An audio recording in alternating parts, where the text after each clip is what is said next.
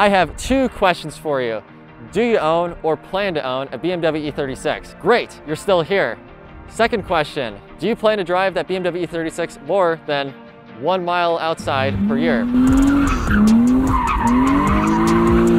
Well, I have some good and bad news for you. Bad news, you should probably check for rust. But the good news is, you're watching the Ultimate Guide.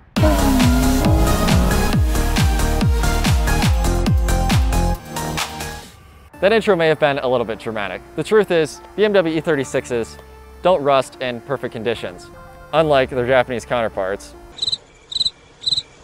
But even if they haven't been exposed to salt or the wintertime, they can still be rusting in a couple places, and if you have driven in the winter, there are a lot of places that you definitely should check for rust. Metal needs two things to start rusting: exposure to moisture or water and exposure to oxygen. Some climates can have differing effects on metal and how quickly it rusts or how much exposure to moisture it has. Generally, the more humid or moist and more precipitation an environment sees, the more likely the metal is going to be to rust. This is why areas like Japan, Michigan, or swampy areas tend to suffer from a lot of rusty cars. Now, road salt can play a huge factor into this because salt accelerates the process that oxygen and moisture have with metal, and salt is inherently corrosive towards bare metal. Now, remember what I said earlier about being in perfect conditions. E36s have a lot of good undercoating from the factory, and usually rust only starts when this undercoating is stripped away. You'll see that as a recurring theme in this video as we talk about rust and ways to prevent it and fix this. I've divided this video into 3 sections. We're going to talk about the front of the car, the middle of the car, and the rear of the car. And I'm going to show you all the spots that these like to rust and all the little crevices and cavities. And then we're going to show you how I fixed a very common E36 rust spot on this M3. Way up at the front of the car, we're going to talk about our first rust spot, which is the hood and the nose panel. These are some of the less common rust places, but usually what will happen is these will get all pelted up with rocks, as cars that see a lot of highway usage tend to do, and then the bare metal starts to rust. You can obviously prevent this by touching up your rock chips as you get them, but really there's a lot of them, and if you don't see any spots that are big or bad enough to warrant doing any sort of fix on it, you could probably just leave it. I do also like the D-Quartz ceramic coating made by CarPro. It makes the clear coat a lot tougher and more resistant to rock chips. Also, on the topic of the nose panel, is the nose panels like to rust in the crevice here between the bumper and the nose panel. What happens is over time the bumper can kind of rub against the nose panel, scraping away the paint, and then because the gap is so small, it'll trap water in, and then that will cause rust. These are pretty isolated, smaller, less common rust places, but I thought it was worth mentioning. Our next spot on the front end is going to be the wheel arches. You'll see this will be a recurring theme in this video. Old cars and wheel arches tend to not last a very long time. There's 2 spots in the wheel arches you should check. Firstly, on the inner lip here. This is especially an issue with lower cars. If you experience any rubbing, what will happen is the tire will rub away the paint, any sort of protective coating on the fender, and then it will start to rust. But even on stock ride height cars, sometimes rocks can kick up and sort of start to eat away at the protection under the fender. Second spot on the fender is going to be behind the fender liner. This is pretty easy to remove with the wheel off. It's just a few bolts around the fender liner, it comes out. There's a pocket between the fender and the body. It loves to trap water.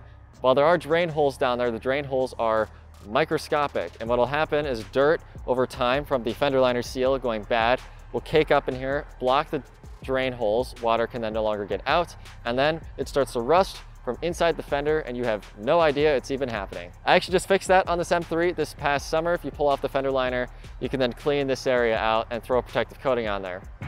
BMW drivers trying to open their hood. And if we come under the hood, there are a few spots that these like to rust in the engine bay.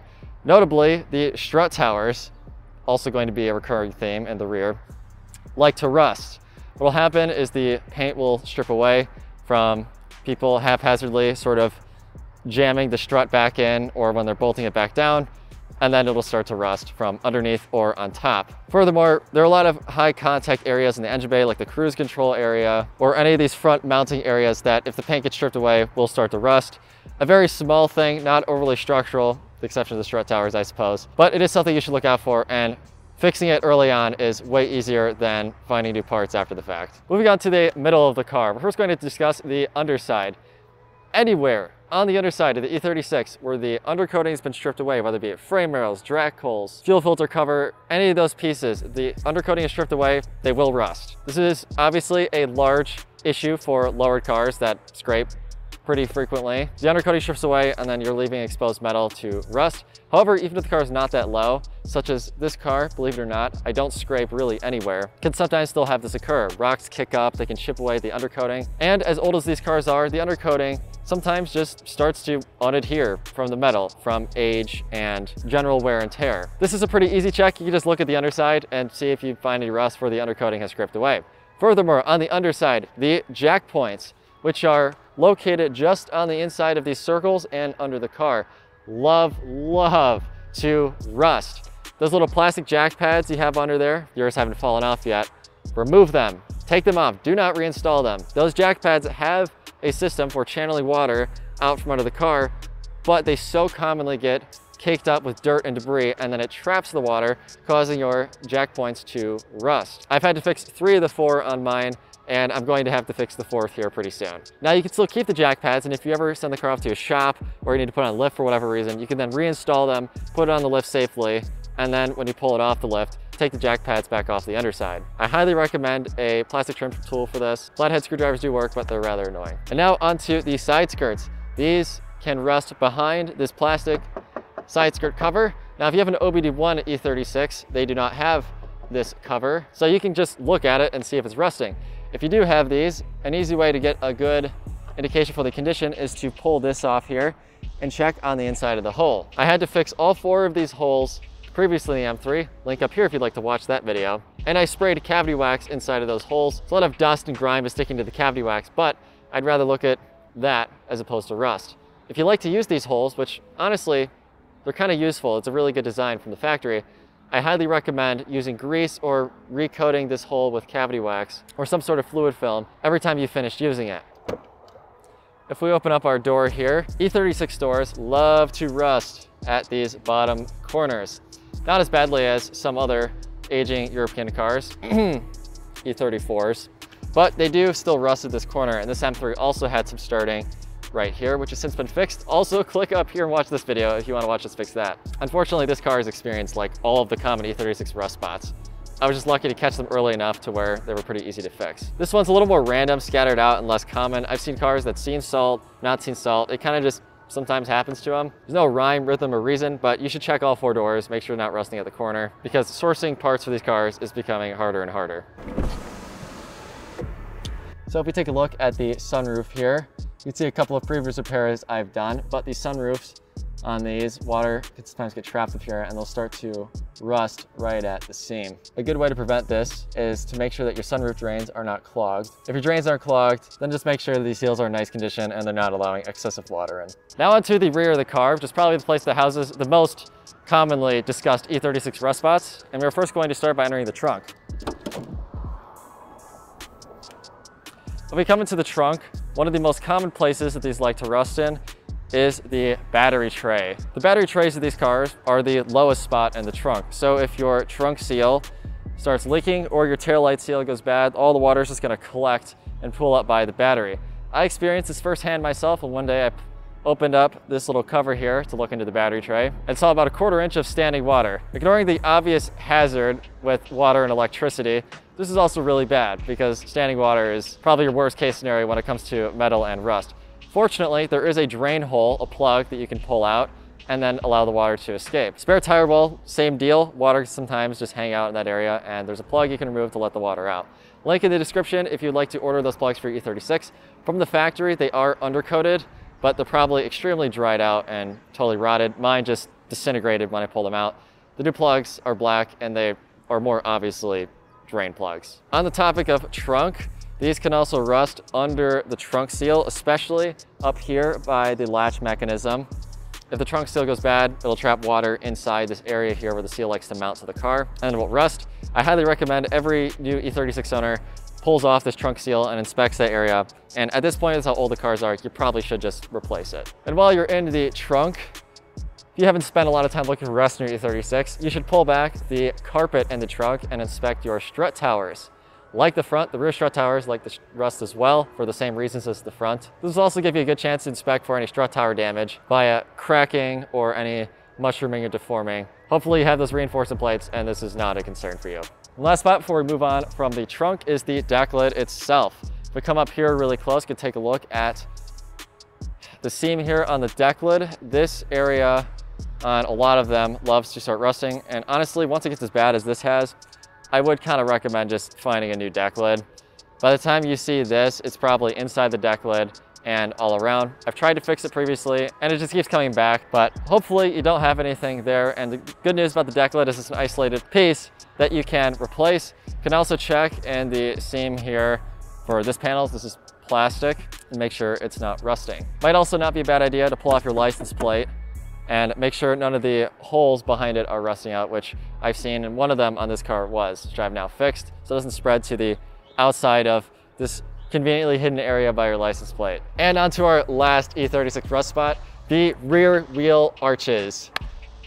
This one is all over the internet. Everyone's seen it. They love to rust out on all older cars. Like the front, if you have rubbing in the rear, it'll strip away the paint, the undercoating, all that jazz, and they'll rust all along here.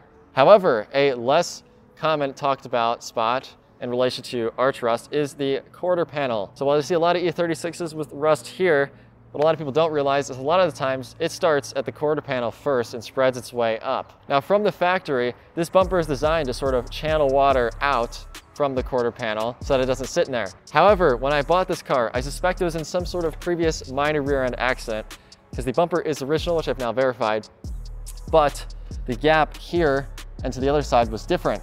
It was smaller here and water was getting trapped in this crevice, which started to rust. Fortunately, I did catch it early enough and there's only a tiny little spot on the exterior, but had I let it go, it would eventually eaten out this whole quarter panel from the inside and the entire rear wheel arch, which would have been no bueno.